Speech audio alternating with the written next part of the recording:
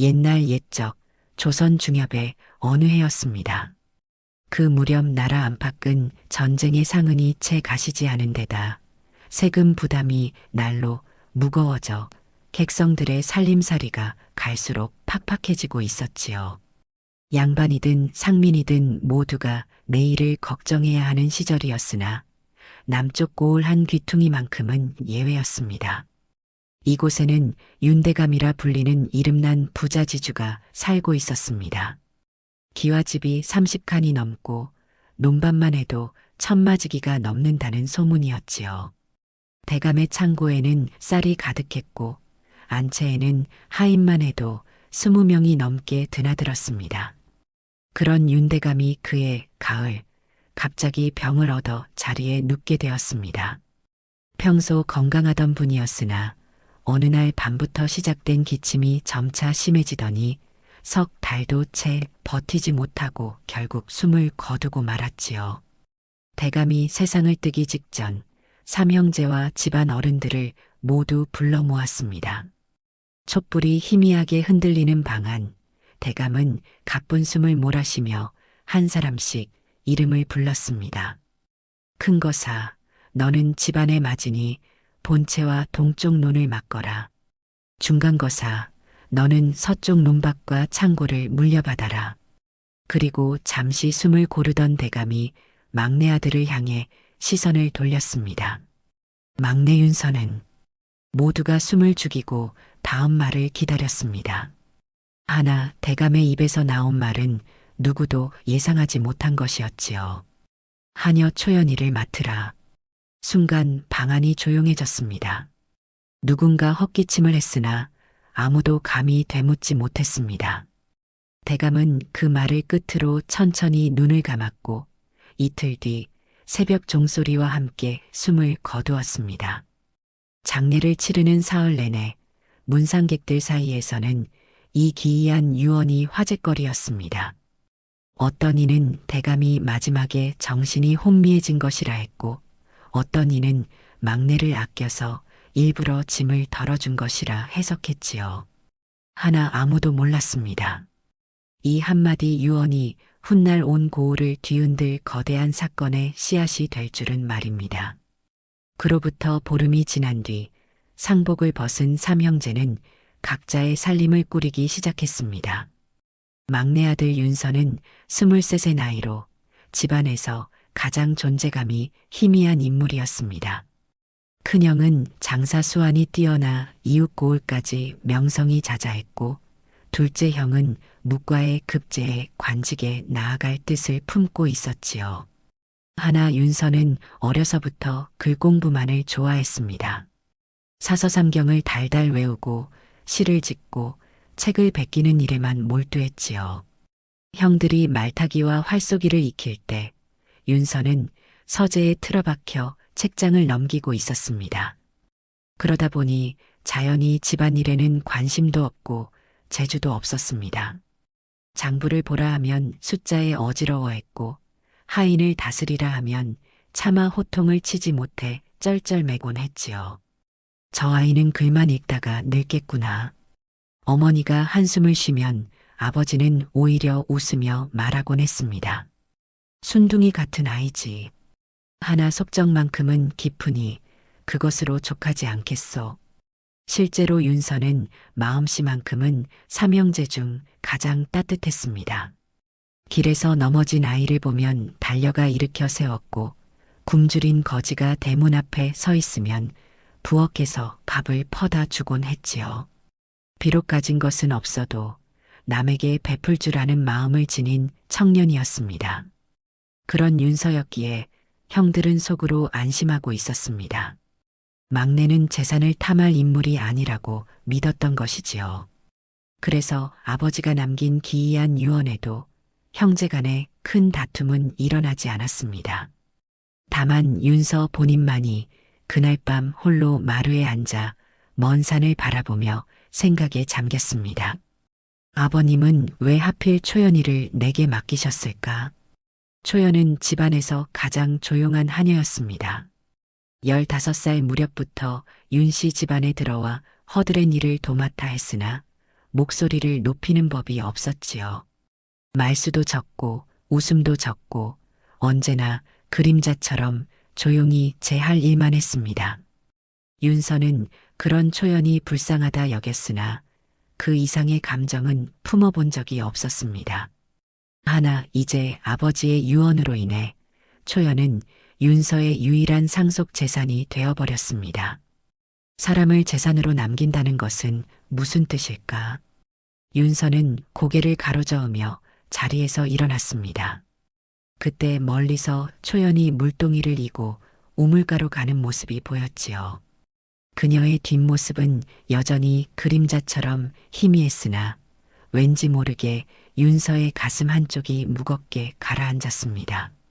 한편 그 무렵 초연은 뒷마당 우물가에서 물동이를 내려놓고 있었습니다. 초연은 21살의 나이였으나 겉으로 보기엔 18쯤으로밖에 보이지 않았습니다. 작은 키에 가냘픈 몸, 언제나 고개를 숙이고 다니는 탓에 얼굴을 제대로 본 사람도 드물었지요. 그녀는 어려서부터 윤씨 집안에 몸을 의탁해 살았습니다.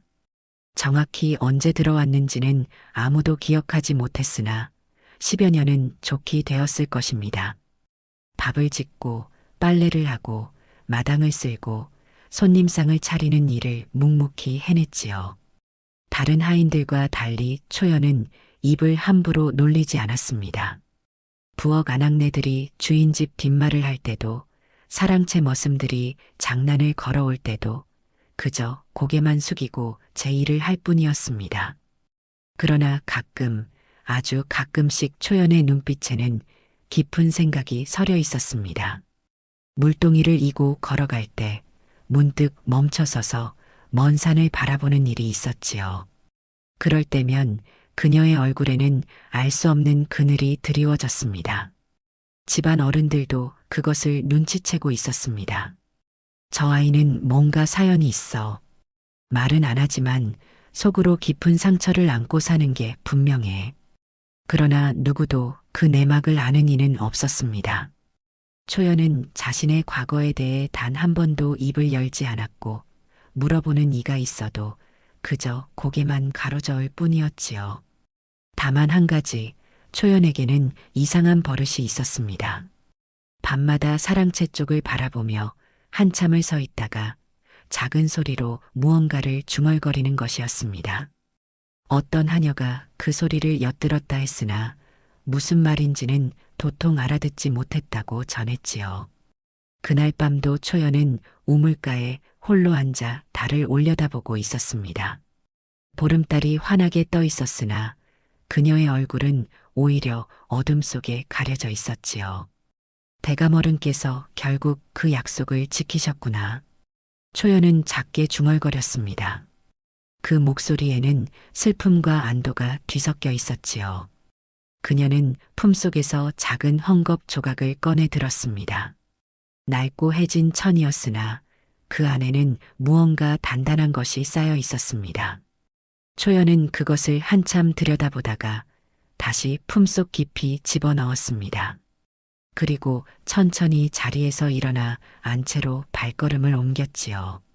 달빛 아래 그녀의 그림자는 길게 늘어졌으나 누구 하나 그 그림자가 품은 비밀을 알아차리는 이는 없었습니다. 윤대감의 사무제가 끝난 날 집안 어른들과 친척들이 모두 사랑채 마당에 모였습니다. 상속 목록을 발표하는 날이었지요. 마당 한가운데에는 검은 칠을 한 큰 탁자가 놓였고 그 위에는 대감이 생전에 직접 작성한 문서들이 가지런히 쌓여 있었습니다. 집사 노인이 떨리는 손으로 첫 번째 문서를 펼쳤습니다. 마당에 모인 사람들은 숨을 죽이고 그의 입을 바라보았지요. 큰 도련님께는 본체 기와집과 동쪽 논밭 500마지기 그리고 머슴 10명을 물려주신다 하셨습니다. 사람들 사이에서 감탄의 한숨이 새어나왔습니다. 500마지기면 좋기 수십석은 거두어들이는 땅이었지요. 큰형은 정중히 절을 올렸고 그의 부인은 부채로 입을 가리며 만족스러운 표정을 지었습니다. 둘째 도련님께는 서쪽 논밭 300마지기와 창고 2채, 그리고 장사 미천으로 쓸 은자 100냥을 내리신다 하셨습니다. 둘째 형 역시 고개를 숙여 예를 갖추었습니다. 그는 관직에 나아갈 뜻이 있었기에 은자가 포함된 것에 만족하는 기색이었지요. 모두가 고개를 끄덕이며 공정한 분배라 여겼습니다. 마지는 집안을 이어야 하니 땅을 많이 받고, 둘째는 출세를 위한 미천을 받았으니 균형이 맞다고 생각했던 것입니다. 그리고 마침내 막내 윤서의 차례가 왔습니다. 집사 노인은 마지막 문서를 펼치다가 잠시 말을 멈추고 주저했습니다. 그는 문서를 다시 한번 확인하고 조심스럽게 입을 열었지요. 막내 도령님께는 마당에 모인 사람들이 일제히 귀를 기울였습니다. 윤서도 긴장한 표정으로 집사를 바라보았지요. 하녀 초연 하나를 맡기라 하셨습니다. 순간 마당이 조용해졌습니다. 이어서 누군가 헛웃음을 터뜨렸고 곧 여기저기서 웅성거리는 소리가 들려왔습니다. 뭐라 하셨소? 사람 하나를? 허허, 막내는 하녀 하나가 상속이라니. 기와집도 아니고 논밭도 아니고 사람이라니 참 기구하구먼. 큰형의 부인은 부채로 입을 가리며 킥킥 웃었고, 사촌 형제들은 서로 눈을 마주치며 고개를 가로저었습니다. 어떤 친척은 대놓고 혀를 차며 한숨을 내쉬었지요. 윤서는 얼굴이 화끈거렸습니다. 하나 그보다 더 걱정되는 것은 마당 구석에 서 있는 초연이었습니다. 그녀는 창백한 얼굴로 땅만 바라보고 있었고 작은 어깨가 미세하게 떨리고 있었지요. 윤서는 애써 고개를 들고 집사를 향해 말했습니다. 알겠습니다. 아버님 뜻을 받들겠습니다. 그의 목소리는 담담했으나 손은 주먹을 꽉 쥔 채 떨리고 있었습니다. 마당의 웃음소리가 귓가에 울렸으나 윤서는 끝까지 고개를 숙이지 않았지요. 그날 저녁 상속 발표가 끝나고 사람들이 흩어진 뒤에도 집안 곳곳에서는 막내 도령의 상속이 화제거리였습니다. 상속 발표가 끝난 뒤에도 집안 곳곳에서 막내 도령의 이야기는 계속되었습니다. 부엌에서는 아낙네들이 모여 수군거렸지요.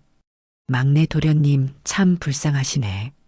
형님들은 그리 많이 받으시는데. 그러게 말이야. 하녀 하나가 무슨 소용이람. 사랑채 머슴들도 마찬가지였습니다. 막내 도령님은 이제 어찌 사시려나. 논밭 한 떼기 없이 초연이 하나 데리고 뭘 하시겠어. 밥이나 얻어먹고 사셔야지. 형수들은 더욱 노골적이었습니다. 큰형의 부인은 둘째 형수와 마주 앉아 차를 마시며 말했지요. 아이고, 막내 도련님 보니 마음이 짠하던걸. 그래도 얼굴에 내색은 안 하시더라고. 글쎄 말이에요. 하녀 하나 받고도 감사하다 하시니 참 순한 양반이시긴 해요. 말은 그렇게 했으나 두 사람의 입꼬리에는 은근한 비웃음이 걸려 있었습니다. 저녁상을 물리고 난 뒤 큰형이 윤서를 사랑채로 불렀습니다. 막내야, 이리 좀 앉거라. 윤서가 형 앞에 무릎을 꿇고 앉자 큰형은 담뱃대를 입에 물고 한참을 말이 없었습니다. 그러다 천천히 입을 열었지요. 서운하게 생각하지는 마라. 형이 뭐 어쩔 도리가 있겠느냐. 아닙니다, 형님. 아버님 뜻을 따를 뿐입니다. 그래, 내가 그렇게 생각해주니 형으로서 다행이구나. 큰형의 말투에는 동정과 안도가 뒤섞여 있었습니다. 동생이 섭섭해하지 않는다니 다행이라는 표정이었지요. 그러나 윤서는 알고 있었습니다. 형이 진심으로 미안해하는 것이 아님을 말입니다. 그나저나 너는 앞으로 어찌 살 생각이냐? 초연이 하나 데리고는. 큰형이 말끝을 흐리자 윤서는 담담히 대답했습니다. 글 공부를 하며 지낼 생각입니다. 훗날 과거라도 보게 되면 그때 가서 또 생각하지요. 허허 그래. 내 뜻대로 하거라. 큰형은 더 이상 묻지 않았습니다. 어차피 막내는 집안일에 관심도 없고 재산 다툼을 일으킬 성격도 아니었으니까요. 윤서는 사랑채를 나와 달빛 아래 마당을 천천히 걸었습니다. 그의 가슴 속에는 서러움보다는 아버지의 뜻을 헤아리지 못하는 답답함이 더 컸지요. 아버님은 분명 이유가 있으셨을 것이다. 하필 초연이를 내게 맡기신 까닭이. 그때 우물가 쪽에서 작은 그림자가 움직이는 것이 보였습니다. 초연이었습니다. 그녀는 혼자 빨래를 하고 있었는데 어깨가 작게 떨리고 있었지요. 윤서는 다가가려다 발걸음을 멈추었습니다. 무슨 말을 건네야 할지 알 수 없었습니다. 그저 멀리서 그녀의 뒷모습을 바라볼 뿐이었지요. 초연은 물동이 앞에 쪼그리고 앉아 손으로 얼굴을 가리고 있었습니다. 그녀 역시 오늘 하루가 얼마나 고통스러웠을지 윤서는 짐작할 수 있었습니다. 달빛만이 두 사람 사이에 먼 거리를 비추고 있었습니다. 막내와 하녀 상속이 끝나고 보름이 지난 어느 날 큰형이 윤서를 다시 불렀습니다. 막내야, 이제 집안을 정리해야 하니 말인데. 큰형은 차를 한 모금 마시고는 조심스럽게 말을 이었지요. 이 집은 이제 내 몫이 되었으니 너는 어디 조용한 곳에 거처를 마련하는 게 어떻겠느냐? 윤서는 이미 예상하고 있던 말이었습니다. 고개를 끄덕이며 대답했지요. 알겠습니다, 형님. 마을 끝자락에 빈초가 하나 있다 들었으니 그곳으로 옮기겠습니다. 그래, 그게 좋겠구나. 형으로서 미안하지만 내가 이해해주니 고맙다. 큰형은 안도의 한숨을 쉬었습니다. 동생이 순순히 받아들여주니 집안에 소란이 일지 않을 것이기 때문이었지요. 사흘 뒤 윤서는 자신의 짐을 꾸렸습니다. 책 몇 권과 옷까지, 그리고 아버지가 쓰시던 벼루 하나가 전부였습니다. 초연도 제 살림을 작은 보따리 하나에 담았지요. 마을 끝자락에 초가는 지붕이 군데군데 뚫려 있고 벽은 갈라져 있었습니다. 하나 윤서는 불평하지 않았습니다. 초연과 함께 지붕을 덮고 벽을 메우고 마당을 쓸었지요. 해가 지고 첫날 밤이 되었을 때 두 사람은 초라한 방 안에 마주 앉아 있었습니다. 촛불 하나가 희미하게 방을 밝히고 있었지요. 초연은 한참을 망설이다가 윤서 앞에 무릎을 꿇었습니다. 도령님, 그녀의 목소리는 떨리고 있었습니다. 저 때문에 이렇게 되셨습니다. 도령님께서는 형님들처럼 떳떳한 상속을 받으셨어야 하는데. 초연의 눈가가 붉어졌습니다. 윤서는 황급히 그녀를 일으켜 세웠지요. 무슨 소리냐? 내가 무슨 잘못이 있느냐? 하오나 제가 아니었다면 도령님께서는. 아니다.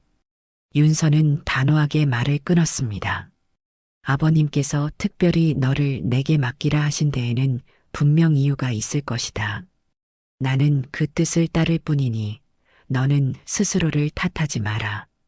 초연은 고개를 숙인 채 눈물을 흘렸습니다. 그녀의 작은 어깨가 흔들렸지요. 윤서는 어색하게 손을 들어 올렸다가 다시 내렸습니다. 그저 조용히 그녀가 진정되기를 기다렸지요. 그날 밤 초연은 마음속 깊이 다짐했습니다. 도령님께 작은 것 하나라도 더 보답하겠다고 말입니다. 그로부터 며칠이 지나며 두 사람은 새로운 살림살이에 적응해 갔습니다. 윤서는 아침이면 마을 서당에 나가 아이들에게 글을 가르쳤습니다. 넉넉한 보수는 아니었으나 쌀 몇 대와 나물 한 광주리 정도는 얻을 수 있었지요. 초연은 집안을 돌보았습니다. 새벽부터 일어나 밥을 짓고 빨래를 하고 마당을 쓸었습니다. 비록 살림은 궁색했으나 그녀는 늘 깨끗하게 집을 정돈해 두었지요. 어느 날 저녁 윤서가 서당에서 돌아오니 방 안에 따뜻한 밥상이 차려져 있었습니다. 보리밥에 된장국, 그리고 나물 한 접시가 전부였으나 정갈하게 담겨 있었지요. 초연아, 같이 먹자. 윤서가 말했으나 초연은 고개를 저었습니다. 아니옵니다. 저는 부엌에서 먹겠습니다. 무슨 소리냐? 이 집에는 너와 나 둘뿐인데 무슨 격식을 차리느냐? 윤서는 방강제로 초연을 앉혔습니다. 초연은 어쩔 수 없이 상 앞에 앉았으나 내내 불편한 기색이었지요. 도령님, 이러시면 안 됩니다. 저는 하녀입니다. 하녀고 뭐고 이 집에서는 그런 것 따지지 말자. 윤서의 말에 초연은 입술을 깨물었습니다. 그녀의 눈에는 고마움과 미안함이 뒤섞여 있었지요.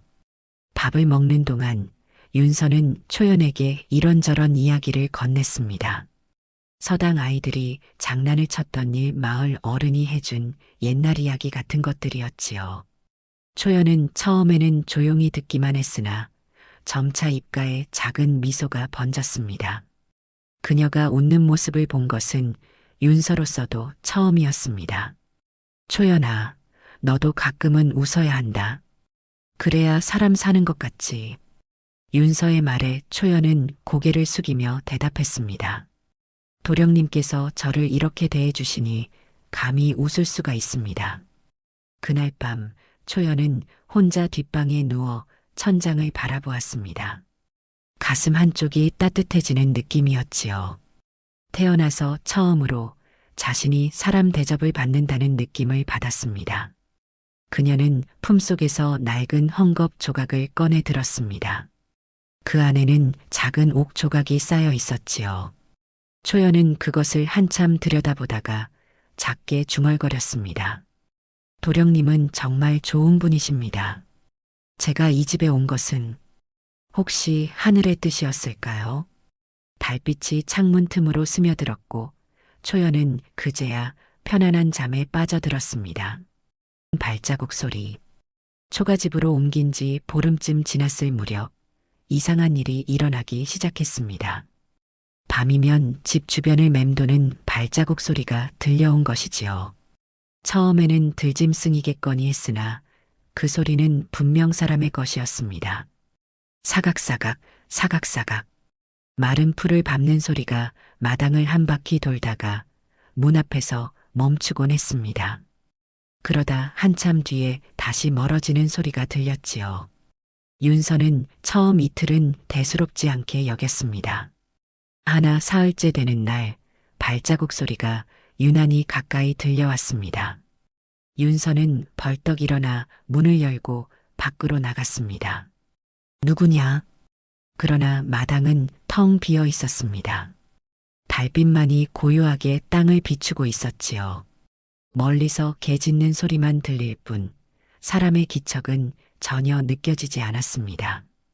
윤서는 고개를 갸우뚱하며 방으로 돌아왔습니다. 그런데 뒷방 문이 살짝 열리더니 초연이 창백한 얼굴로 고개를 내밀었습니다. 도령님, 밖에 나가지 마십시오. 그녀의 목소리는 떨리고 있었습니다. 왜 그러느냐? 혹시 누군지 아느냐? 아니옵니다. 다만 초연은 말을 잇지 못하고 입술을 깨물었습니다.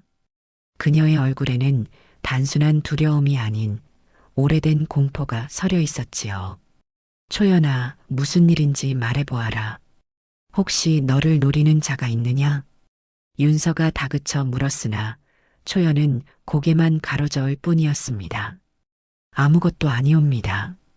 그저 밤바람이 심상치 않으니 문을 잘 걸어두시기 바랍니다. 초연은 그 말만 남기고 방으로 들어가 버렸습니다. 윤서는 찜찜한 마음으로 문을 다시 확인하고 빗장을 단단히 걸어두었지요. 그날 밤 이후로도 발자국 소리는 계속되었습니다. 어떤 날은 한밤중에, 어떤 날은 동이 트기 직전에 들려왔지요. 윤서가 나가보려 할 때마다 초연은 애원하듯 말렸습니다. 제발 나가지 마십시오. 위험합니다. 윤서는 점점 의문이 커져갔습니다. 초연이 무언가를 숨기고 있다는 확신이 들었지요. 하나 그녀가 말하지 않는 이상 물을 도리가 없었습니다. 어느 날 밤 발자국 소리가 유난히 오래 머물렀습니다. 마당을 서너 바퀴 돌더니 문 앞에서 한참을 멈춰 있었지요. 윤서는 이번에는 초연을 깨우지 않고 조용히 뒷문으로 빠져나갔습니다. 담장을 따라 돌아가니 앞마당 쪽에 검은 그림자 하나가 서 있었습니다. 누구냐? 윤서가 소리치자 그림자는 황급히 달아났습니다. 윤서는 뒤를 쫓았으나 그자는 순식간에 어둠 속으로 사라져버렸지요. 숨을 헐떡이며 돌아온 윤서는 마당 한가운데에 떨어진 물건 하나를 발견했습니다. 작은 천조각이었는데 그 위에는 낯선 문양이 수놓아져 있었습니다. 윤서는 그것을 집어들고 방으로 돌아왔습니다. 그리고 다음 날 아침 초연에게 그 천조각을 보여주었지요. 초연은 그것을 보자마자 얼굴이 하얗게 질렸습니다. 이것은 그녀의 손이 부들부들 떨렸습니다. 윤서는 더 이상 참을 수 없었습니다. 초연아, 이제 말해다오. 도대체 무슨 일이냐? 숨겨진 뒷말. 초연은 한참을 입을 다물고 있었습니다. 윤서는 그녀가 입을 열 때까지 기다렸지요. 마당에는 아침 햇살이 따스하게 내려앉고 있었으나 두 사람 사이의 공기는 무거웠습니다. 도령님, 초연이 마침내 입을 열었습니다. 제가 말씀드리기 전에 먼저 한 가지 여쭙고 싶습니다. 대감 어르신께서 돌아가시기 전 혹시 도령님께 다른 말씀을 남기신 것은 없으셨습니까? 윤서는 고개를 저었습니다. 없었다. 유언장에 적힌 것이 전부였다. 초연은 고개를 떨구었습니다. 그녀의 눈가에는 눈물이 맺혀 있었지요. 그때 윤서는 문득 한 가지를 떠올렸습니다. 며칠 전 마을 우물가에서 원로 노인을 만났던 일 말입니다. 잠깐 하나 들은 이야기가 있긴 하다. 초연이 고개를 들었습니다. 마을 어른께서 하신 말씀인데 아버님께서 돌아가시기 전에 이상한 말을 남기셨다더라. 무슨 말씀이셨습니까? 막내와 초연이가 살아야 우리 집안이 산다고 하셨다더구나. 초연의 눈이 크게 떠졌습니다. 그녀는 입술을 떨며 말했지요. 역시 대감 어르신께서는 모든 것을 아셨던 것입니다. 윤서는 초연의 어깨를 잡았습니다. 무엇을 아셨다는 것이냐? 이제 그만 말해다오. 초연은 깊은 한숨을 내쉬며 마침내 입을 열었습니다. 제가 이 집에 온 것은 10여 년 전입니다. 그때 저는 겨우 8살이었지요. 그건 나도 안다. 하오나 도령님께서 모르시는 것은 제가 왜 이곳에 왔는지입니다. 초연은 잠시 말을 멈추고 숨을 고르더니 계속 이어나갔습니다. 저희 아버지는 광군 장교셨습니다. 변방의 작은 진영을 맡고 계셨지요. 하오나 어느 날 군량미가 사라지는 사건이 일어났습니다. 윤서는 숨을 죽이고 들었습니다. 아버지께서는 그 진실을 밝히려 했습니다. 하나 위에 계신 수령께서 오히려 아버지에게 누명을 씌우셨지요. 군량을 빼돌린 것이 아버지라고 모함하신 것입니다. 초연의 목소리가 떨렸습니다. 아버지는 쫓기는 몸이 되었습니다. 광군들이 저희를 잡으러 왔고 어머니는 그날 밤 돌아가셨습니다. 아버지는 저를 업고 도망쳤지요. 그래서 비 오는 밤 이 집 대문을 두드렸습니다. 아버지는 이미 칼에 맞아 피투성이가 되어 계셨고 저는 겁에 질려 울기만 했지요. 초연은 눈물을 닦으며 말을 이었습니다. 대감 어르신께서 저희를 받아주셨습니다. 아버지를 숨겨주시고 저를 하녀로 거두어 주셨지요. 하나 아버지는 이틀을 버티지 못하고 돌아가셨습니다. 윤서는 가슴이 먹먹해졌습니다. 아버지께서 돌아가시기 전 대감 어르신께 무언가를 맡기셨습니다. 그것이 무엇인지는 저도 모릅니다. 다만 대감 어르신께서 제게 이렇게 말씀하셨지요. 초연은 윤서를 똑바로 바라보며 말했습니다. 언젠가 때가 되면 내 아비의 억울함을 풀어줄 사람이 나타날 것이다. 그때까지 이 집에서 조용히 살 거라. 윤서는 그제야 아버지의 유언을 이해하기 시작했습니다. 그렇다면 아버님께서 너를 내게 맡기신 것은 저를 지켜달라는 뜻이셨을 것입니다. 그리고 아마도 초연은 품속에서 낡은 헝겊 조각을 꺼내 들었습니다. 이것과 관련이 있을 것입니다. 헝겊을 펼치자 그 안에는 작은 옥 조각이 들어 있었습니다. 옥에는 글자 하나가 새겨져 있었지요. 윤서는 그 글자를 보고 숨을 들이켰습니다. 그것은 아버지의 서재에서 본 적이 있는 문장이었습니다. 그날 저녁 윤서는 마을 원로 노인을 다시 찾아갔습니다. 노인은 낡은 초가에서 홀로 살고 있었는데 마을에서 가장 오래 살아온 분이었지요. 윤서가 찾아오자 노인은 반갑게 맞이했습니다. 오, 윤도령 아니신가? 무슨 일로 이 늙은이를 찾아오셨소? 어르신께 여쭙고 싶은 것이 있어 왔습니다. 윤서는 자리에 앉아 조심스럽게 입을 열었습니다. 10여 년 전 저희 집에 피를 흘리며 찾아온 사람이 있었다는 이야기를 들었습니다. 노인의 얼굴이 굳어졌습니다. 그 이야기를 어찌 알고 계시오? 초연이에게 들었습니다. 그 사내가 바로 초연의 아버지라고 하더군요. 노인은 한참을 말이 없다가 천천히 고개를 끄덕였습니다. 그렇소? 이제 도령께서도 알 때가 된 것 같구려. 노인은 담뱃대를 입에 물고 연기를 길게 내뿜으며 말을 이었습니다. 그날 밤을 내 아직도 기억하고 있어. 장대비가 쏟아지던 밤이었지요. 천둥이 치고 번개가 번쩍이던 밤이었어. 윤서는 숨을 죽이고 들었습니다. 한밤중에 윤대감댁 대문을 두드리는 소리가 들렸소. 그때 나도 마침 그 근처를 지나가고 있었지요. 대감께서 직접 대문을 여시더니 피투성이가 된 사내와 어린 계집아이를 안으로 들이셨소. 그 사내가 누구였습니까? 광군 장교였소.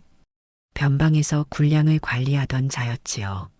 하나 누군가의 모함으로 역적으로 몰렸다 하더이다. 노인은 고개를 저으며 계속 말했습니다. 그 사내는 친구의 배신으로 쫓기게 되었다더군. 군량을 빼돌린 것은 수령과 이방이었는데 그 죄를 고스란히 그 사내에게 뒤집어 씌운 것이지요. 윤서는 주먹을 불끈 쥐었습니다. 그래서 그 사내는 어찌 되었습니까? 이틀을 버티지 못하고 숨을 거두었소. 칼에 맞은 상처가 너무 깊었던 것이지. 윤대감께서는 그를 몰래 뒷산에 묻어주셨고 어린 계집아이는 하녀로 거두어 주셨지요. 그 아이가 바로 초연이로군요. 그렇소? 초연이는 그때부터 윤씨 댁에서 자라났소. 하나 마을 사람들은 다들 알고 있었지. 저 아이가 보통 하녀가 아니라는 것을 말이요. 노인은 잠시 말을 멈추고 윤서를 똑바로 바라보았습니다. 그래서 윤대감께서 돌아가시기 전에 그런 유언을 남기신 것이요. 막내와 초연이가 살아야 집안이 산다고 말이지. 그 말씀의 뜻이 무엇입니까? 노인은 목소리를 낮추며 말했습니다. 초연의 아비가 남긴 물건이 있다는 소문이요. 그것이 무엇인지는 아무도 모르지만 분명 수령과 이방의 죄를 증명할 무언가일 것이라 하더이다. 윤서는 품속의 옥 조각을 만지작거렸습니다. 그리고 그것을 노리는 자들이 아직도 있다는 뜻이로군요. 그렇소? 밤마다 자네 집 주변을 맴도는 자가 있다는 소문을 들었소. 조심하게. 그 자들은 아직도 초연을 노리고 있을 것이요. 윤서는 고개를 끄덕이며 자리에서 일어났습니다. 고맙습니다, 어르신. 덕분에 많은 것을 알게 되었습니다. 집으로 돌아오는 길 윤서는 결심을 굳혔습니다. 초연의 아버지가 억울하게 죽었다면 그 한을 풀어주어야 한다고 생각했지요. 그리고 그것이 바로 아버지가 자신에게 초연을 맡긴 진짜 이유일 것이라 확신했습니다. 한편 그 무렵 윤씨 본가에서는 다른 움직임이 일어나고 있었습니다. 큰형과 둘째 형은 서재에 마주 앉아 장부를 펼쳐놓고 있었지요. 촛불이 희미하게 두 사람의 얼굴을 비추고 있었습니다. 큰형은 손가락으로 장부의 숫자들을 짚어가며 계산을 하고 있었고, 둘째 형은 그 옆에서 조용히 지켜보고 있었습니다. 한참을 계산하던 큰형이 장부를 덮으며 깊은 한숨을 내쉬었습니다. 이상하네. 아무리 계산해봐도 맞지 않아. 둘째 형이 고개를 들었습니다. 큰형은 창밖을 바라보며 말을 이었지요. 아버님께서 평생 모으신 재산을 생각하면 우리가 상속받은 것은 절반도 되지 않네. 분명 어딘가에 숨겨두신 것이 있을 거야. 둘째 형도 그 말에 공감하는 눈치였습니다. 사실 그 역시 같은 의문을 품고 있었던 것이지요. 아버지는 평소 검소하게 살았으나 쌀과 은자를 모으는 데에는 누구보다 철저한 분이었습니다. 그런 분이 자식들에게 이 정도만 남겼다는 것은 석연치 않았습니다. 큰형은 자리에서 일어나 서재를 천천히 거닐었습니다. 그의 머릿속에는 온통 땅 문서와 은계 생각뿐이었지요. 숨겨진 재산이 어디에 있을까? 누가 그 비밀을 알고 있을까 하는 생각이 꼬리에 꼬리를 물었습니다.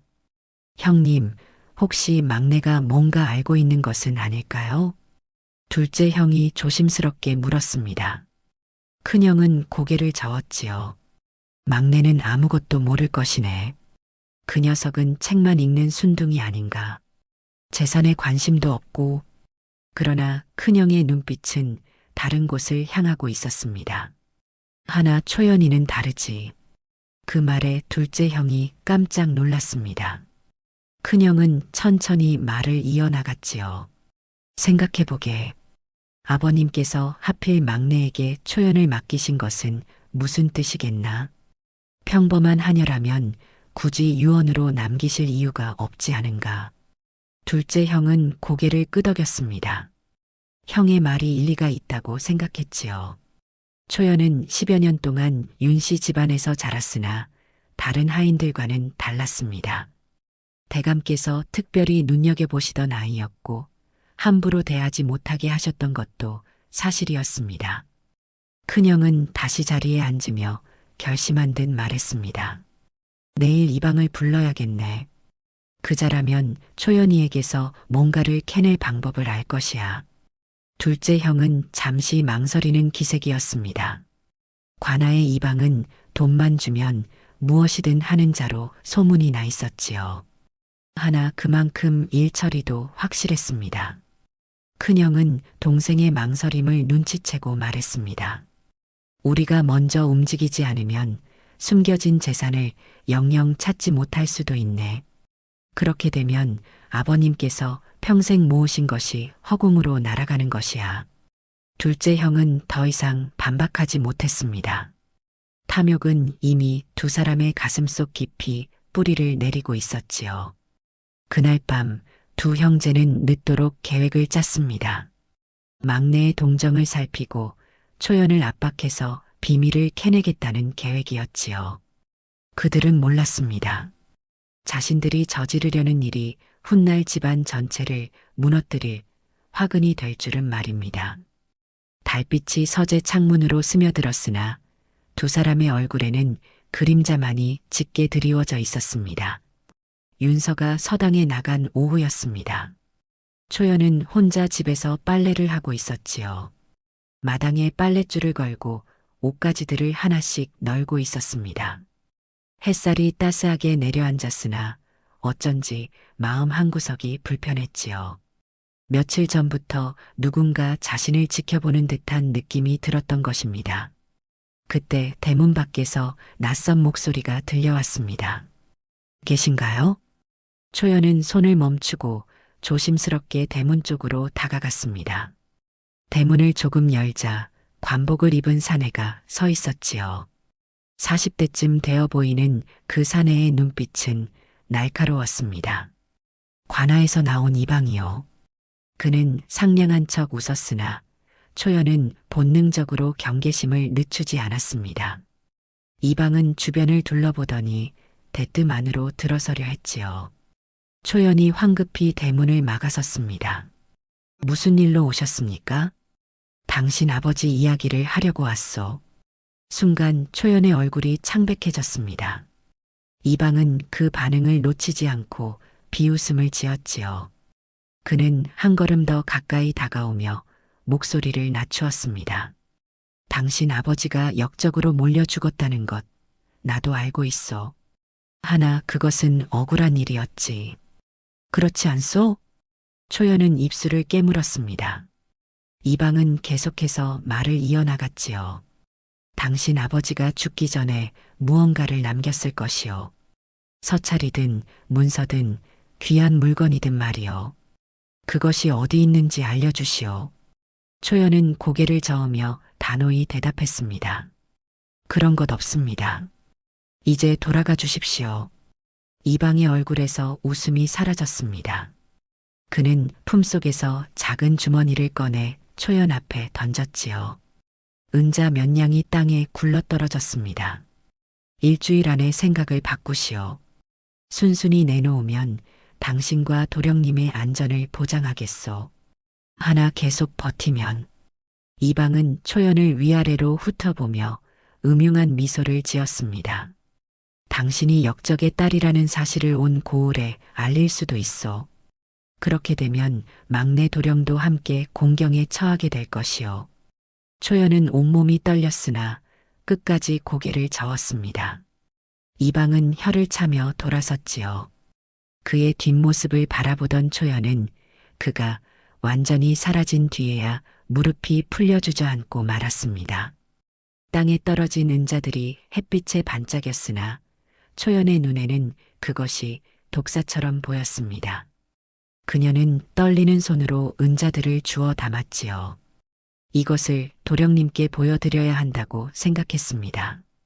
저녁 무렵 윤서가 서당에서 돌아왔을 때 초연은 마당 한 구석에 쪼그리고 앉아 있었습니다. 그녀의 얼굴은 창백했고 눈은 붉게 부어 있었지요. 윤서는 황급히 다가가 그녀의 어깨를 잡았습니다. 무슨 일이냐? 누가 다녀갔느냐? 초연은 떨리는 목소리로 오늘 있었던 일을 모두 털어놓았습니다. 이방이 찾아온 것, 아버지 이야기를 꺼낸 것, 그리고 협박을 한 것까지 말입니다. 윤서의 얼굴은 점점 굳어져 갔지요. 초연이 주머니에서 은자들을 꺼내 보이자 윤서는 그것을 받아들고 한참을 말이 없었습니다. 그의 눈빛에는 분노와 결심이 동시에 타오르고 있었지요. 달이 떠오르고 있었으나 두 사람은 한참을 말없이 서 있었습니다. 그날 밤 윤서는 잠을 이루지 못했습니다. 초연이 뒷방에서 자고 난 뒤에도 그는 마루에 앉아 밤하늘을 바라보고 있었지요. 이방의 협박은 단순한 위협이 아니었습니다. 초연의 신분이 드러나면 그녀뿐만 아니라 자신도 역적을 숨겨준 죄로 공경에 처할 수 있었습니다. 하나 윤서가 더 화가 난 것은 따로 있었습니다. 이방이 혼자서 움직였을 리 없다는 것이었지요. 분명 누군가 뒤에서 사주를 했을 것입니다. 그리고 그 누군가는 10중 8구 형들릴 것이라 짐작했습니다. 형님들께서 나와 초연을 이용하려 하시는구나. 윤서는 주먹을 불끈 쥐었습니다. 평소 순한 성격이었으나 이번만큼은 참을 수 없었지요. 초연은 아무 잘못도 없는데 그저 출생의 비밀 때문에 이렇게 고통받아야 한다는 것이 억울했습니다. 다음 날 아침 초연이 일어나 보니 윤서는 이미 마당에서 무언가를 정리하고 있었습니다.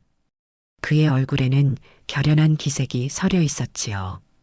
도령님, 무엇을 하고 계십니까? 초연이 물었으나 윤서는 잠시 대답하지 않았습니다. 그는 손에 든 물건들을 보따리에 담으며 천천히 입을 열었지요. 초연아, 나는 결심했다. 무슨 결심이십니까? 내 아버지의 억울함을 풀어드리겠다. 초연은 깜짝 놀라 윤서를 바라보았습니다. 윤서는 그녀를 똑바로 바라보며 말을 이었지요. 이대로 숨어서 사는 것은 답이 아니야. 이방과 형님들이 우리를 계속 괴롭힐 것이고 언젠가는 더 큰 위협이 닥쳐올 것이다.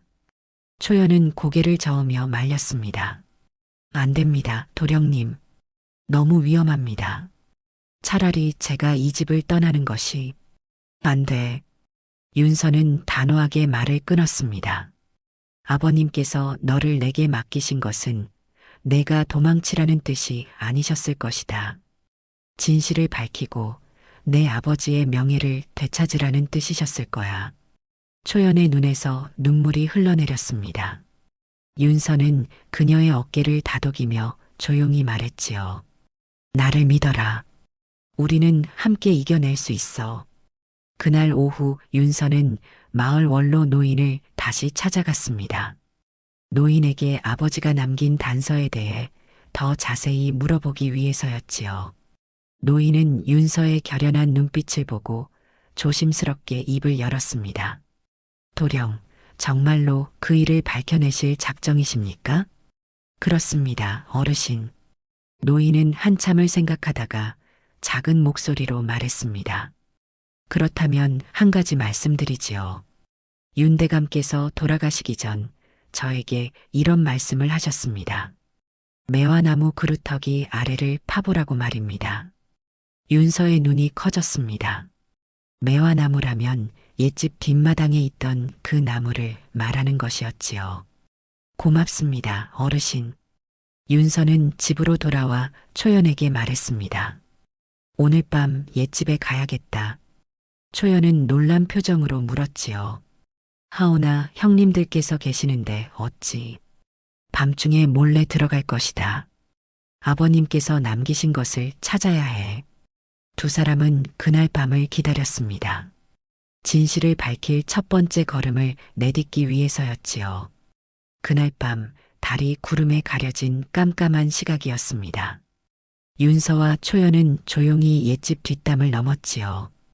다행히 집안 사람들은 모두 잠든 시각이었고 개들도 윤서의 냄새를 기억하는지 짖지 않았습니다. 두 사람은 뒷마당으로 조심스럽게 발걸음을 옮겼습니다. 어둠 속에서 매화나무 그루터기를 찾는 것은 쉽지 않았지요. 윤서는 작은 등불을 켜고 마당 구석구석을 살폈습니다. 여기다. 윤서가 작게 속삭였습니다. 오래전에 베어진 매화나무 그루터기가 마당 한 구석에 남아 있었지요. 이끼가 덮여 있고 주변에는 잡초가 무성했습니다. 윤서는 가져온 작은 삽으로 그루터기 주변을 파기 시작했습니다. 초연은 주변을 살피며 혹시 누가 오지 않나 경계를 늦추지 않았지요. 한자쯤 팠을까 삽 끝에 단단한 무언가가 걸렸습니다. 윤서는 조심스럽게 흙을 걷어내었지요. 낡은 나무 상자 하나가 모습을 드러냈습니다. 상자는 생각보다 작았으나 무게는 제법 나갔습니다. 윤서는 상자를 들어 올려 초연에게 건넸지요. 두 사람은 서둘러 뒷담을 넘어 집으로 돌아왔습니다. 집에 도착한 두 사람은 숨을 고르며 방 안에 상자를 내려놓았습니다. 촛불을 켜고 윤서는 떨리는 손으로 상자의 자물쇠를 살폈지요. 오래되어 녹슨 자물쇠였으나 다행히 쉽게 부러졌습니다. 상자 뚜껑을 열자 낡은 종이 뭉치들이 가득 들어 있었습니다. 윤서는 조심스럽게 그것들을 꺼내어 하나씩 펼쳐보았지요. 첫 번째 문서는 서찰이었습니다. 초연의 아버지가 직접 쓴 글씨였지요. 거기에는 굴량미 횡령 사건의 전말이 상세히 적혀 있었습니다. 수령과 이방이 어떻게 굴량을 빼돌렸는지, 그 과정에서 누가 연루되었는지가 낱낱이 기록되어 있었습니다. 두 번째 문서는 장부였습니다. 굴량 출입을 기록한 것으로 실제로 들어온 쌀의 양과 장부에 기록된 양이 크게 차이가 났지요. 이것만 봐도 누군가 중간에서 빼돌렸다는 증거가 명확했습니다. 세 번째는 수령과 이방이 주고받은 밀서 사본이었습니다. 여기에는 초연의 아버지에게 죄를 뒤집어 씌우는 계획이 적혀 있었지요. 윤서는 그것을 읽으며 분노로 손이 떨렸습니다. 이것이 바로 증거로군. 윤서가 중얼거렸습니다. 초연은 아버지의 서찰을 들고 눈물을 흘리고 있었지요. 그녀는 떨리는 목소리로 말했습니다. 아버지께서 정말 억울하게 돌아가셨구나. 이 모든 것이 수령과 이방의 짓이었다니. 윤서는 초연의 손을 꼭 잡았습니다. 이제 진실을 밝힐 수 있어. 이 문서들만 있으면 내 아버지의 명예를 되찾을 수 있다. 하나 문제가 하나 더 있었습니다. 상자 바닥에는 또 다른 문서가 있었는데 그것은 윤씨 집안의 재산 목록이었지요. 윤서는 그것을 펼쳐보고 깜짝 놀랐습니다. 거기에는 아버지가 몰래 사모은 땅 문서와 은계의 목록이 적혀 있었습니다. 그 양이 어마어마했지요. 하나 더 놀라운 것은 최근에 그 재산 중 일부가 빠져나갔다는 기록이었습니다. 이게 무슨... 윤서는 자세히 살펴보았습니다. 기록에 따르면 큰형이 수령과 은밀히 거래하며 윤씨 집안의 땅 일부를 헐값에 팔아넘긴 것이었습니다. 그 대가로 수령은 큰형에게 관직을 약속했다고 적혀 있었지요. 형님께서 아버님 재산을 빼돌리셨다니. 윤서는 경악을 금치 못했습니다. 아버지가 이 모든 것을 알고 계셨고 그래서 막내인 자신에게 초연과 함께 진실을 밝히라고 맡기신 것이었습니다. 두 사람은 밤새 문서들을 정리했습니다.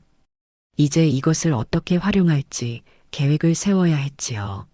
윤서는 문서들을 다시 한번 꼼꼼히 살폈습니다. 밤새 정리한 증거들은 명확했습니다. 수령과 이방이 군량을 횡령했고 그 죄를 초연의 아버지에게 뒤집어 씌웠으며 최근에는 큰형과 손을 잡고 윤씨 집안의 재산까지 빼돌리고 있었던 것이지요. 윤서는 특히 마지막 문서에 주목했습니다. 거기에는 큰형이 수령과 주고받은 밀약이 상세히 적혀 있었지요. 큰형은 아버지가 돌아가신 직후부터 수령과 은밀히 만나 거래를 했습니다. 집안에 좋은 땅 몇 필지를 헐값에 넘기고 그 대가로 관직 추천을 받기로 한 것이었습니다. 더 충격적인 것은 이방이 초연을 협박한 것도 큰형의 사주였다는 사실이었습니다. 큰형은 초연이 아버지의 비밀을 알고 있을 것이라 의심했고 그것을 빼내기 위해 이방을 보낸 것이었지요. 형님께서 이렇게까지 하실 줄은.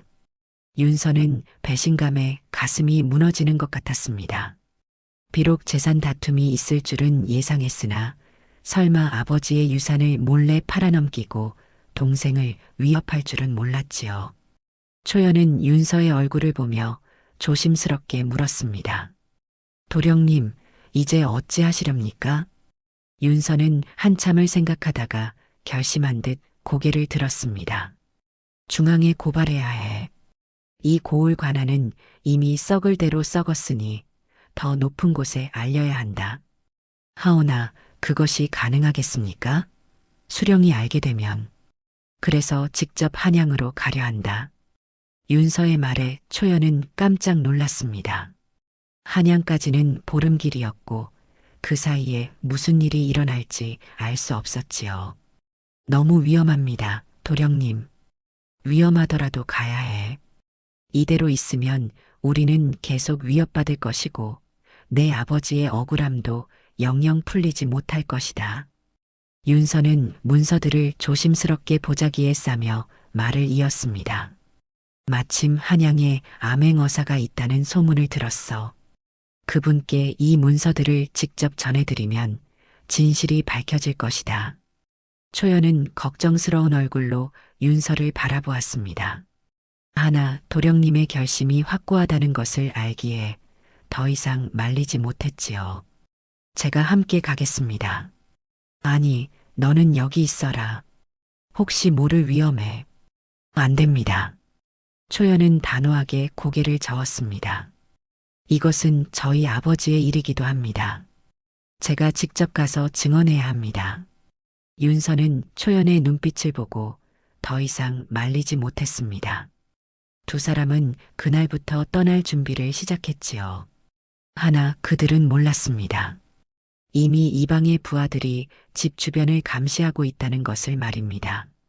큰형은 막내의 동정이 수상하다는 보고를 받고 더 철저히 감시하라고 지시한 상태였지요. 이틀 뒤 윤서와 초연이 짐을 꾸려 떠나려 할 때 갑자기 대문이 쾅 하고 열렸습니다. 이방과 사내들 서너 명이 들이닥친 것이었지요. 어디 가시려고? 이방은 비웃음을 지으며 두 사람을 가로막았습니다. 윤서는 황급히 보따리를 숨기려 했으나 이미 늦었습니다. 혹시 무슨 재미있는 것을 찾으신 것은 아니겠지요? 이방의 눈빛이 날카로워졌습니다. 윤서는 초연을 뒤로 숨기며 이방과 맞섰지요. 우리는 그저 친척 집에 가려던 참이었소. 허허, 그렇습니까? 그럼 그 보따리 안에는 무엇이 들었는지 보여주시지요. 이방이 손을 뻗으려 하자 윤서는 재빨리 보따리를 품에 안았습니다. 두 사람 사이에 긴장감이 흘렀지요. 바로 그때였습니다. 뒤편 담장 너머에서 고함 소리가 들려왔습니다. 거기 무슨 일이냐?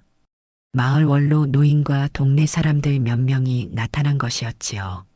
노인은 윤서가 위험에 처할 것을 염려해 몰래 지켜보고 있다가 이방 일행이 들이닥치자 마을 사람들을 데리고 온 것이었습니다. 이방은 혀를 찼습니다.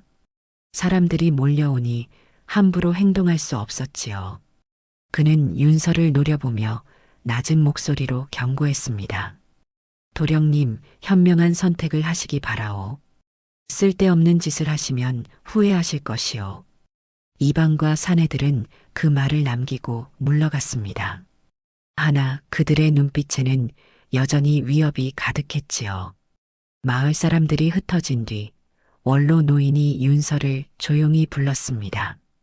도령, 이제 시간이 없소. 저들은 곧 다시 올 것이오. 알고 있습니다, 어르신. 그렇다면 내 조카를 한 명 보내겠소. 그 아이가 한양길을 잘 아니 함께 가도록 하시오. 노인의 도움으로 윤서와 초연은 그날 밤 몰래 마을을 빠져나갈 수 있었습니다. 노인의 조카인 청년 하나가 길 안내를 맡았지요. 보름길을 서둘러 가며 세 사람은 낮에는 숨고 밤에만 이동했습니다. 이방의 부하들이 뒤를 쫓고 있다는 것을 알았기 때문이지요. 험한 산길을 넘고 강을 건너고 때로는 비를 맞으며 걸었습니다. 초연은 지쳐서 비틀거렸으나 윤서가 부축하며 함께 걸었지요. 열흘째 되는 날 마침내 한양 도성이 눈앞에 보였습니다. 높은 성곽과 기와 지붕들이 즐비한 모습에 세 사람은 안도의 한숨을 내쉬었습니다. 윤서는 암행어사가 머문다는 객주를 수소문했습니다. 다행히 암행어사가 지방 순찰을 마치고 한양에 돌아와 있다는 소식을 들을 수 있었지요. 제발 이 억울함을 들어주십시오.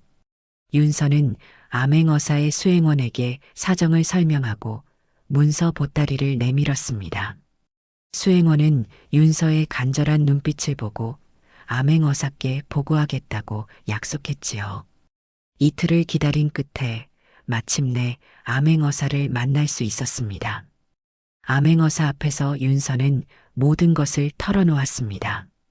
초연의 아버지가 억울하게 죽은 일 수령과 이방의 부정, 그리고 큰형이 가문의 재산을 빼돌린 일까지 낱낱이 설명했지요. 초연도 떨리는 목소리로 자신이 겪은 일들을 증언했습니다. 암행어사는 문서들을 하나하나 꼼꼼히 살펴보았습니다.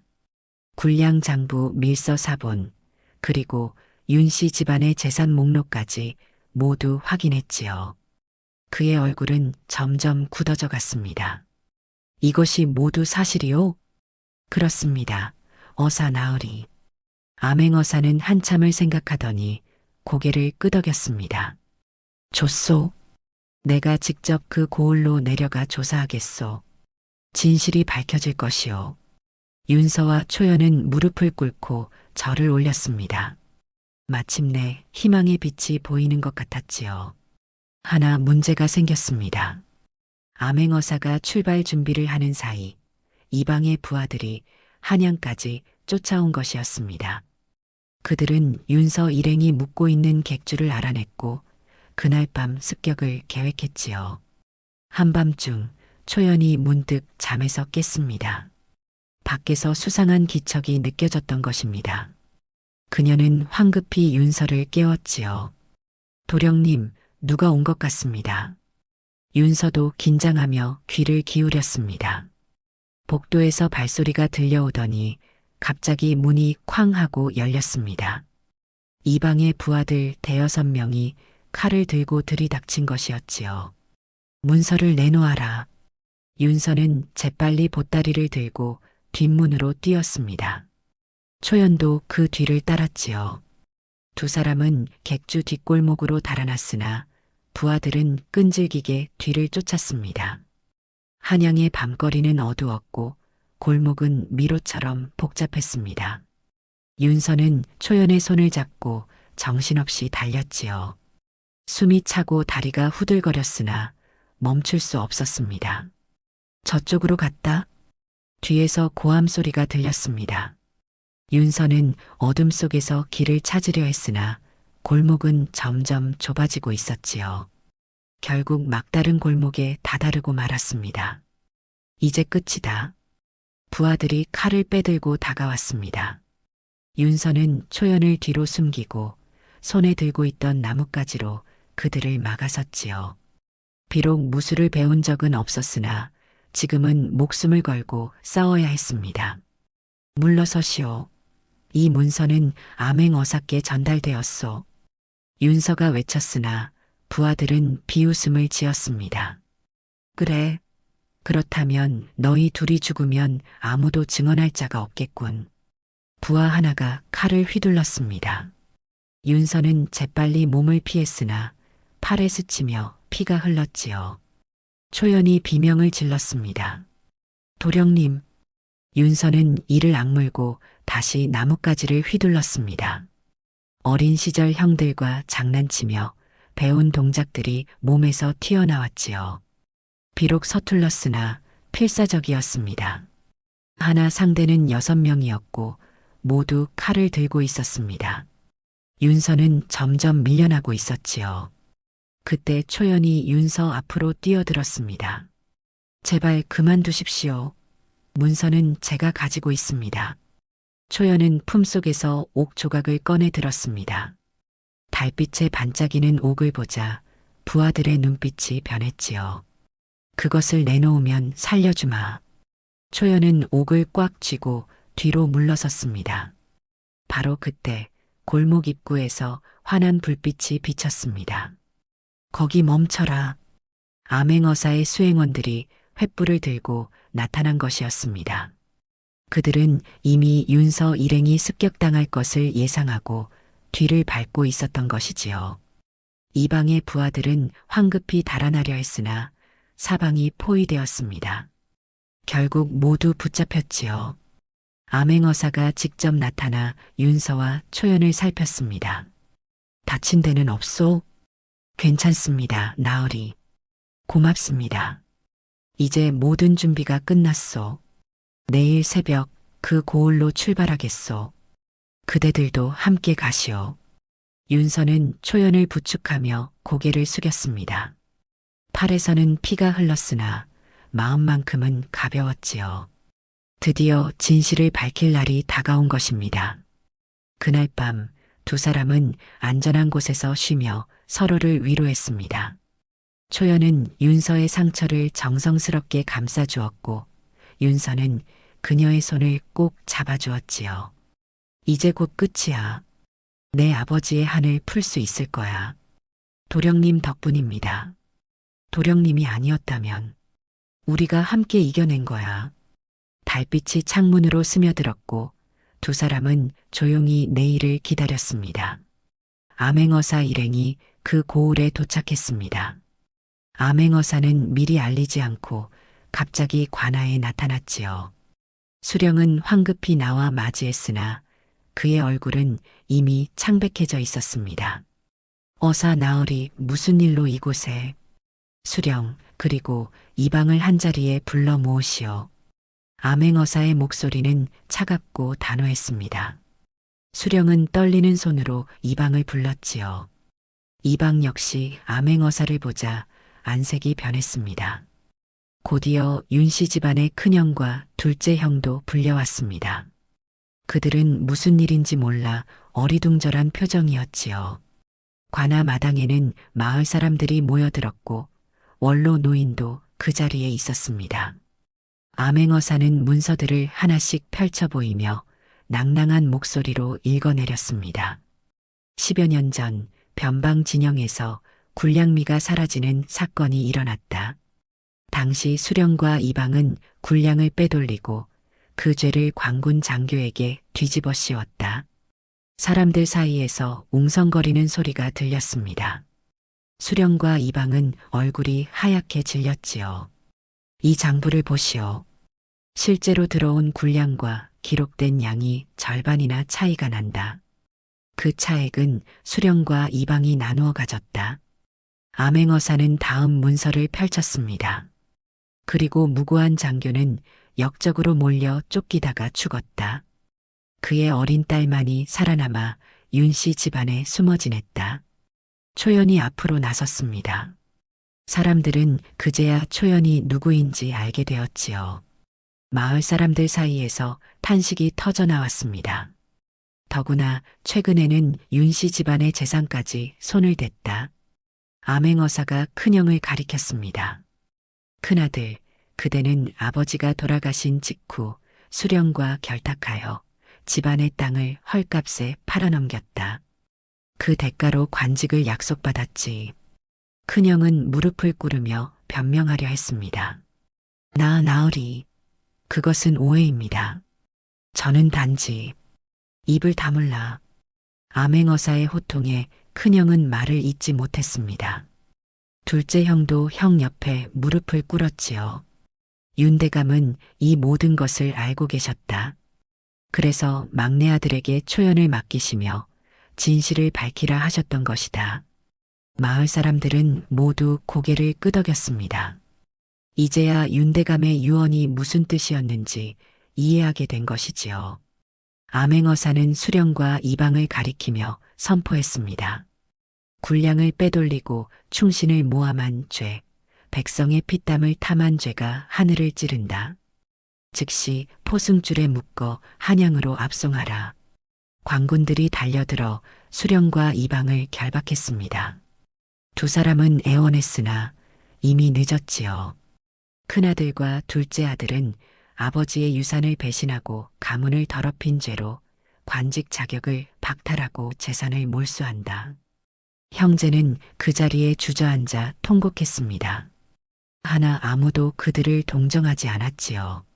암행어사는 윤서와 초연을 바라보았습니다. 윤서, 그대는 아버지의 뜻을 받들어 진실을 밝혔다. 그 용기와 효심을 가상히 여긴다. 윤서는 깊이 절을 올렸습니다. 초연, 그대의 아버지는 억울하게 죽었으나 이제 그 명예를 되찾았다. 관에서 정식으로 사죄하고 그대 아버지의 직위를 복권하겠다. 초연은 눈물을 흘리며 땅에 엎드렸습니다. 10여 년을 기다린 순간이었지요. 마을 사람들은 모두 박수를 쳤습니다. 정의가 승리한 것입니다. 원로 노인은 윤서의 어깨를 다독이며 미소 지었지요. 그날 해는 유난히 밝게 빛나고 있었습니다. 며칠 뒤 관아에서는 다시 한번 회의가 열렸습니다.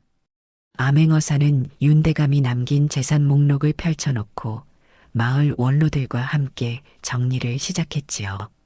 큰형과 둘째 형이 빼돌린 재산들이 하나씩 확인되었습니다.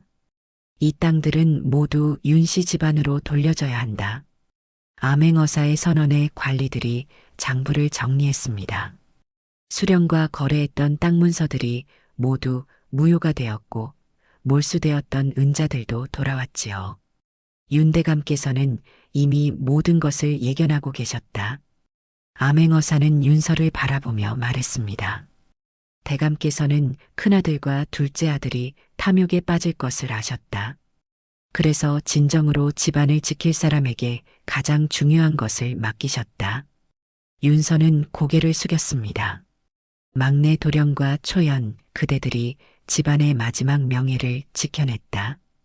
이제 그 대가를 받을 차례다. 암행어사의 판결에 따라 횡령당했던 재산은 모두 윤씨 집안으로 돌아왔습니다. 하나 그것을 관리할 사람은 큰형도 둘째 형도 아니었지요. 바로 윤서와 초연이었습니다. 막내 윤서는 이제부터 윤씨 가문의 정식 가장으로 인정한다. 그리고 초연은 암행어사는 잠시 말을 멈추고 초연을 바라보았습니다. 초연은 더 이상 하녀가 아니다. 그대의 아버지는 충신이었고 그 명예가 복권되었다. 이제 그대는 윤서의 정식 배필로서 집안을 함께 이끌 자격이 있다. 마을 사람들 사이에서 환호성이 터져 나왔습니다. 초연은 믿을 수 없다는 표정으로 윤서를 바라보았지요. 윤서는 따뜻한 미소로 그녀의 손을 잡았습니다. 대감께서 진정으로 원하신 것은 재산의 분배가 아니라 올바른 사람이 집안을 이어가는 것이었다. 암행어사의 말에 원로 노인이 고개를 끄덕였습니다. 큰형과 둘째 형은 한쪽 구석에서 고개를 숙이고 있었습니다. 그들은 탐욕 때문에 모든 것을 잃었지요. 관직도 재산도 그리고 가족의 신뢰까지 모두 잃어버렸습니다. 그대들은 당분간 집안일에 관여할 수 없다. 스스로를 돌아보고 뉘우치는 시간을 가지거라. 암행어사의 판결이 끝나고 사람들이 하나둘 흩어졌습니다. 윤서와 초연은 옛집 마당에 서서 모든 것을 바라보았지요. 정말 꿈만 같습니다, 도령님. 초연이 작은 목소리로 말했습니다. 윤서는 그녀의 어깨를 다독이며 대답했지요. 이제 더 이상 도령님이 아니야. 우리는 함께 이 집을 지켜나갈 동반자다. 초연의 눈에서 눈물이 흘러내렸습니다. 하나 이번에는 슬픔의 눈물이 아니라 기쁨의 눈물이었지요. 그날 저녁 마을 사람들이 모여 작은 잔치를 열어주었습니다. 10여 년 만에 억울함이 풀렸고 정의가 승리했으며 두 사람의 미래가 밝아진 것을 축하하기 위해서였습니다. 달빛 아래서 사람들은 노래를 부르고 춤을 추었습니다. 윤서와 초연은 그 모습을 바라보며 조용히 미소 지었지요. 아버지의 유언이 마침내 완성되는 순간이었습니다. 그로부터 한 달이 지났습니다.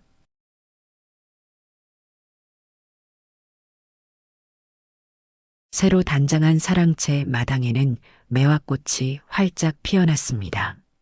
아버지가 그토록 아끼던 매화나무가 다시 꽃을 피운 것이지요. 봄바람이 불 때마다 꽃잎이 흩날렸고 그 향기가 온 집안을 가득 채웠습니다. 윤서는 사랑채에 앉아 아버지가 남긴 책을 펼쳐보고 있었습니다. 책갈피 사이에는 아버지의 글씨로 적힌 쪽지 하나가 끼워져 있었지요. 진정한 유산은 재물이 아니라 사람이니라. 올바른 마음을 가진 한 사람이 집안 전체를 일으킬 수 있느니라. 윤서는 그 글귀를 읽으며 조용히 웃었습니다. 이제야 아버지의 뜻을 완전히 이해하게 된 것이지요. 마당에서는 초연이 꽃을 돌보고 있었습니다. 그녀는 더 이상 하녀의 옷이 아니라 안주인에 어울리는 단정한 옷을 입고 있었지요. 그러나 여전히 검소하고 조용한 모습은 변하지 않았습니다. 초연아. 윤서가 부르자 초연이 고개를 들어 미소 지었습니다. 윤서는 마당으로 내려가 그녀 곁에 섰지요. 이 매화나무를 보니 문득 드는 생각이 있어. 무슨 생각이십니까? 하녀 하나만 상속받은 줄 알았는데 알고 보니 가장 크고 귀한 유산을 받은 것이었구나. 초연은 고개를 숙이며 부끄러워했습니다. 윤서는 계속해서 말을 이었지요. 만약 형님들처럼 땅과 재물만 받았다면 나는 아버님의 진짜 뜻을 영영 모르고 살았을 것이야. 하나 너를 맡아 함께 지내며 진정으로 소중한 것이 무엇인지 깨달았어. 저야말로 도령님, 아니 서방님을 만나 비로소 제 운명을 찾았습니다. 초연이 조심스럽게 대답했습니다. 윤서는 그녀의 손을 잡았지요. 우리 함께 이 집안을 일으켜보자. 탐욕이 아니라 정의로, 재물이 아니라 사람을 귀히 여기는 집안으로 말이야. 초연은 고개를 끄덕이며 윤서의 손을 꼭 잡았습니다. 그날 오후 마을 원로 노인이 찾아왔습니다. 그는 매화꽃이 핀 마당을 돌아보며 흡족한 표정을 지었지요. 윤대감께서 이 모습을 보셨다면 얼마나 기뻐하셨을까. 노인의 말에 윤서는 고개를 숙였습니다. 어르신, 제가 아버님의 뜻을 제대로 이루고 있는지 모르겠습니다. 이루고 있네. 이미 충분히 이루고 있어. 노인은 윤서의 어깨를 두드리며 말했습니다. 탐욕에 빠진 형제들을 보게. 그들은 많은 것을 가졌으나 결국 모든 것을 잃었지. 하나 자네는 적은 것으로 시작했으나 가장 소중한 것을 지켜냈네. 윤서는 초연을 바라보았습니다. 그녀는 매화나무 아래에서 꽃잎을 바라보며 환하게 웃고 있었지요. 사람 한 명을 귀히 여기는 마음, 그것이 바로 윤대감께서 자네에게 남기신 진짜 유산일세. 노인의 말에 윤서는 깊이 공감했습니다. 해가 저물고 석양이 마당을 붉게 물들였습니다. 윤서와 초연은 사랑채 마루에 나란히 앉아 노을을 바라보았지요. 앞으로 우리에게 어떤 일이 일어날까요? 초연이 물었습니다. 윤서는 그녀의 어깨를 감싸며 대답했지요. 좋은 일도 있을 것이고 어려운 일도 있을 거야. 하나 우리가 함께라면 무엇이든 이겨낼 수 있어. 두 사람은 조용히 서로를 바라보았습니다. 그들의 눈빛에는 신뢰와 애정이 가득했지요. 이렇게 윤서와 초연은 억울한 죽음의 한을 풀고 탐욕으로 무너졌던 집안을 다시 일으켰습니다. 그리고 무엇보다 중요한 것은 사람 한 명을 귀히 여기는 마음이 그 어떤 재물보다 크다는 사실을 온 고을에 보여주었습니다. 옛말에 이런 말이 있습니다. 금은 보화가 가득한 창고보다 신의를 지키는 사람 한 명이 더 귀하다고 말입니다. 윤서와 초연은 바로 그것을 몸소 증명해낸 것이지요. 매화꽃 향기가 바람에 실려 퍼져나갔습니다. 그 향기는 마을 전체로 그리고 더 먼 곳까지 퍼져나가며 정의와 신의의 이야기를 전했습니다. 다음 영상을 빠르게 만나보시려면 좋아요와 구독을 눌러주시기 바랍니다. 그럼 더 재미있는 영상으로 찾아뵙겠습니다. 모두 행복한 하루 보내세요.